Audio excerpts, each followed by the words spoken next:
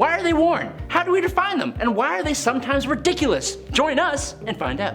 Welcome back, Nerd Squad. It's me, Amanda. And I'm Adam, and this is the top 10 dumbest superhero suits we can't believe exist, part 4. If even after all 4 parts, by the way, you still have more that you would like to see us discuss, share them with us in the comments, and maybe, just maybe, we'll have part 5 for you. I don't know.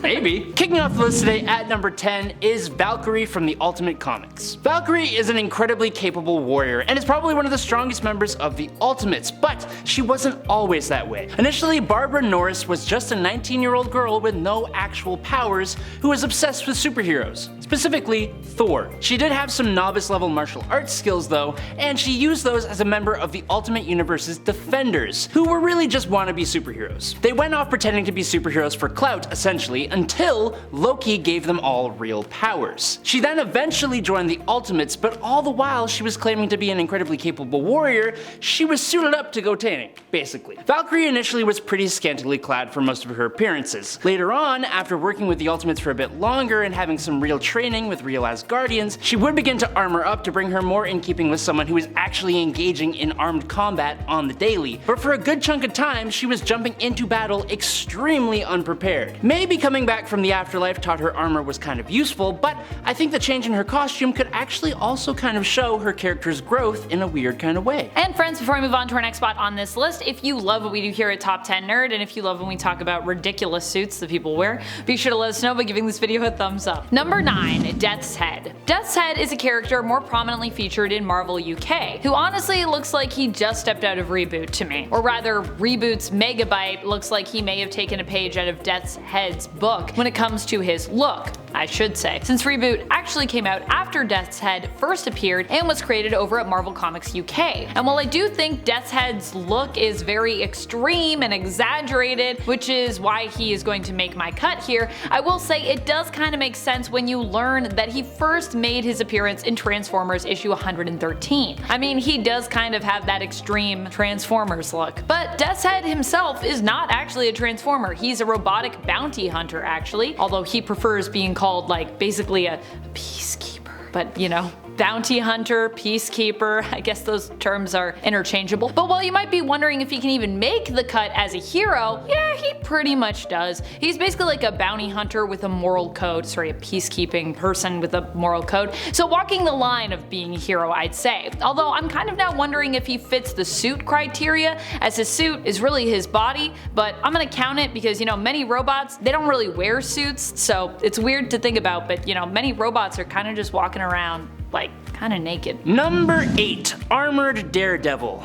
Matt Murdock has been through a lot of redesigns. As one of the most popular Marvel heroes, that does make sense. His first initial change from yellow to fully red stuck through basically until the modern day, but in between then and now, Marvel still flirted with several other ideas. After getting a pretty brutal beatdown at the hands of the Wild Pack, Daredevil decided that maybe a little armor would be a good choice. He faked his own passing as Matt and then designed himself a new red and black suit with prominent silver plating on his shoulders, knees, and up the sides of his legs for extra protection. Now, if I'm honest, I think this suit that first appeared in Daredevil number 321 in 1993 actually looks pretty cool. Maybe I'm weird, but something about it just feels like yes. I will admit, for a character who's pretty dependent on stealth though, it may not make the most sense, and it was rather flashy, but he still used it for a decent chunk of time, and I'm sure the extra protection came in handy a few times when he used it to fight villains like Hellspawn. Thank God he went back to just the red though. That's the classic, and I like that. Number 7, Professor X and his Shi'ar Exosuit. Professor X's Shi'ar Exosuit, oh my. So this is one I personally find to be kind of silly, more because of my own headcanon to be honest, so go with me here. I don't know why this manifested for me, but when I was looking back on that fight against Magneto where Wolverine gets the adamantium ripped from his bones and Professor X as a result shuts down Magneto's brain basically, I saw this suit and I couldn't stop seeing it, and it lives still in my memory and in my heart every time I think of Professor X, really. And maybe because it's a 90s comic look, maybe because of how bulky it kind of looks to me, I don't know, but I just imagined it as being like a slow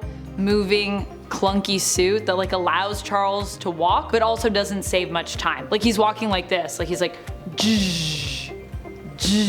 I don't know why I imagined that, but that's what I do. Also, the idea of Charles possibly wearing something made of metal to go up against Magneto in a fight, I thought that was pretty ridiculous. Although apparently this suit is like somehow like telepathically fueled, which I don't know, must be a Shi'ar thing. However, this never came up in the fight, the fact that his suit is maybe made of metal. I still don't really know for sure what this exosuit is made out of. At the end of the day, Charles technically won against Magnus, so maybe he knew something I don't know about this suit. Or maybe it's like metal, but like, I don't know, it's protected from certain abilities because it's made by the Shi'ar. It looks like metal. I don't know. Number 6. The nipple suit. Batman relies heavily on his tech. His Batsuit is probably the most important of that tech. It's highly advanced in terms of super suits, and it's constantly being improved and added to. Sometimes it gets a tech overhaul to battle a villain, like the zebra suit. Sometimes it will get a redesign to better personify where Bruce is at in his life. Kinda like the Zur-En-Arrh suit. But of all the suits donned by Bruce Wayne, one stands above the rest. And all it took was the addition of a pair of nipples. In both Batman Forever from 1995 and Batman and Robin from 1997, the director, Joel Schumacher, decided that he wanted his heroes to emulate human perfection, and so he was inspired by statues of Greek gods and heroes. This is why both of his Batsuits worn by Val Kilmer and George Clooney have a shiny, muscle-adorned physique and, of course,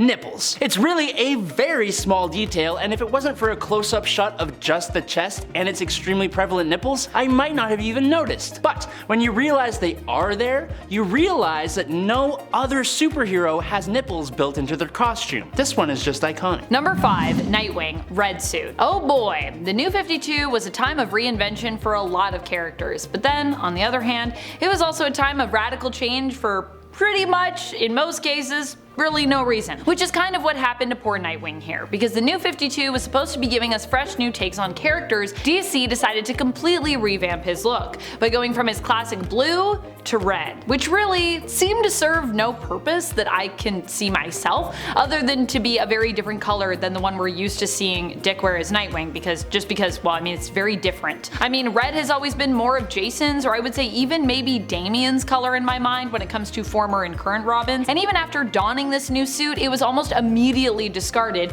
as Dick Grayson's secret identity was revealed, prompting him to change his hero name from Nightwing to just Grayson, and ditching the suit as well with all that change. So really, what even was the point of this? Number 4. Black Condor. When Black Condor first popped up on the scene in DC Comics, his choice of garb was interesting. Richard Grey Jr. gained the power of flight from being exposed to a radioactive meteor, though he believed he had developed flight naturally after being raised by a flock of wild condors. Yes, really. So clearly there is a level of, how should we say this, creativity here. Like, he came back into society and then took someone else's identity while also being a costumed hero, and I think his superhero costume perfectly exemplifies how utterly off the rocker this guy actually is. Richard took to wearing a cape that draped out under each arm, being attached to his wrists with bracelets giving the semblance of wings, because he can fly. Get it? I'm sure that could probably have had some kind of effect on his flying, but the rest of the getup is kind of a mystery. Essentially, he wears a neck collar thing that looks kind of like a hood that connects to his big chunky belt with one piece of fabric in the front, and he accompanies that with some short shorts and some really ornate looking boots. Those are really cool. And that's kind of it. Luckily, later iterations of the character took their look in some much more cooler directions, but at first it was kind of weird. Number 3. Emma Frost in Humans vs. X-Men. Emma Frost's look following in Humans vs. X-Men is something that I think is dumb, because I kind of think what happened to her character in that story was kind of dumb. Although, as someone who really enjoys Emma and enjoys her, in more of a hero role, it makes sense that I would feel that way. People who might be more fans of Emma in a villain role may have actually kind of liked what happened with her character in this story, and honestly, if you like it, that's fine. But I think either way, we can all agree, regardless of what this costume represents for the character, that it is objectively a pretty terrible costume. It honestly makes me think of what Emma cosplaying as Penance might look like. This mainly black look was one Emma donned near the end of Inhumans vs. X-Men, after it was revealed that Emma had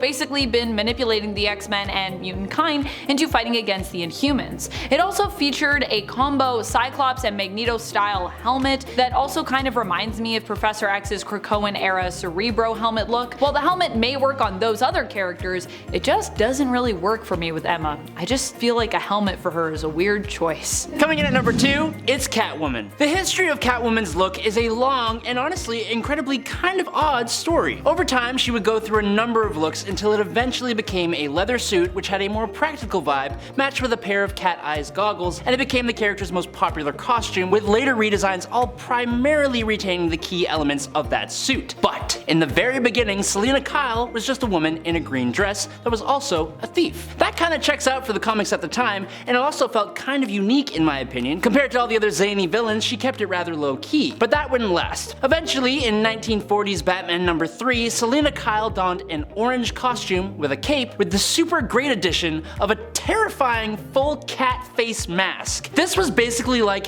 a mascot's headpiece, but a bit smaller, which I'm sure made it more practical, but for me, it's utter nightmare fuel. I don't know what it is about animal heads on human bodies, but I am not here for it. Basically, she kept the dress element that she started with, but now, it was orange, with an incredibly high popped up collar, and it was combined with a huge reddish orange cape and tiny little blue heels for added comfort. Then she topped it all off with a terrifying full headpiece, and now I have to watch videos of puppies before I go to sleep at night. Thanks a lot. Number 1, the real Lobo from New 52. The real Lobo, oh boy. New Lobo, who dis? Although there have been quite a few New 52 redesigns that I've discussed on this series of lists where we talk about dumb costumes, Lobo probably takes the cake here. The whole new look he had when he was revealed as the real Lobo in the New 52, the first version to appear was initially said by this Prime Earth Lobo to have been an imposter, was so different from the original and so serious that it completely ruined the character for a lot of people. I will say I do think this design is objectively pretty cool. Like, I think this character looks great, but it's not Lobo. This doesn't, no, just not for Lobo. For Lobo, this is objectively ridiculous. If there is a silly supersuit you still haven't seen make any part of this list yet, leave it down below. But that's all the time we've got left, so without further ado, I'm Amanda McKnight. I'm Adam Andrews, you're watching Top 10 Nerd. We will catch you on the flippy flop. Stay nerdy, YouTube.